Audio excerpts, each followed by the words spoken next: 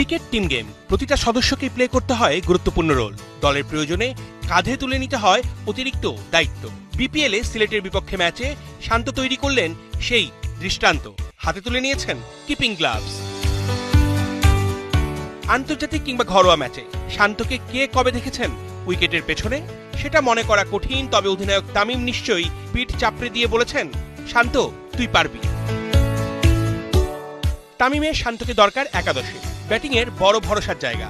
গেল ম্যাচে এই ওপেনারকে ড্রপ করতে হয়েছে বরিশালকে। শান্তর জায়গায় দলের সেকেন্ড কিপার প্রীতম হাসান ওপেনিংয়ে নেমে দিতে পারেননি আস্থার প্রতিদান। মুশফিকের ইনজুরিটাই কাল হয়ে দাঁড়িয়েছে দলের জন্য।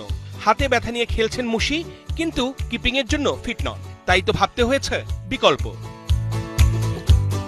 রাহুল দ্রাবিড়, দিলশান তিলকারত্নে, ইউনুস খানদের কাতারে নাম লেখালেন শান্ত। বাংলাদেশের সেরা ফিল্ডারদের একজন তিনি। স্লিপে থেকে লুটেছেন অনেক ক্যাচ, ভালো তার গ্রিপিং। সেই কারণগুলো বিবেচনা করেই তামিম দিয়েছেন বুদ্ধিমত্তার পরিচয়। বরিশাল দলের wicket keeper batter Najmul Hossain Shanto 20 over keeping করে করেননি বড় কোনো ডিজাস্টার। দলের প্রয়োজনে নতুন পজিশনে প্রথমবার। কনফিডেন্সে কিছুটা কমতি থাকলেও দায়িত্বটা পালন করেছেন নিজের সর্বোচ্চটা দিয়ে। গতির ঝড় তোলা শাহিন শাহ আফ্রিদির বল ধরতেও বেগ পেতে হয়নি শান্তকে। আবার টিমমেটদের মনোবল চাঙ্গা রেখেও পাসমার্ক তুলেছেন। তবে কি জাতীয় দলেও শান্তকে দেখা যাবে নতুন ভূমিকাতে?